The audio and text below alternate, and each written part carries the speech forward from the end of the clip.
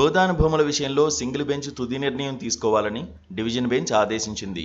Civil service అధికారులు రంగారెడ్డి జిల్లా మహేశ్వరం మండలం నాగారంలోని సర్వే నెంబర్ 194లో భూములు కొన్నారు. సర్వే నెంబర్ 194లో 16, 20, 18 గుంటలుగా భూములను ఐపీఎస్ అధికారులు కొనుగోలు చేశారు.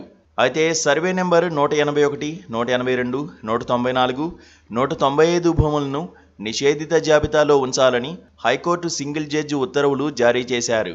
సింగిల్ బెంచ్ ఉత్తర్వులను సవాల్ చేస్తూ ఐపీఎస్లు హైకోర్టులో అప్పీళ్లు దాఖలు చేశారు. సింగిల్ జడ్జి ఉత్తర్వులు రద్దు చేయాలని కోరారు. హైకోర్టులో ఐఏఎస్, ఐపీఎస్లు అప్పీళ్లు చేశారు. తాము కొన్న భూములు భూదాన్వి కాదని, పట్టా భూములేనంటూ ఐఏఎస్, ఐపీఎస్లు పిటిషన్లు వేశారు.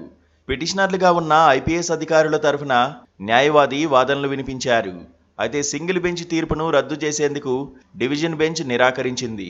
తిరిగి సింగిల్ బెంచ్లో అప్పీళ్లు చేసుకోవాలని ఆదేశిస్తూ విచారణను హైకోర్టు డివిజన్ బెంచ్ ముగించింది.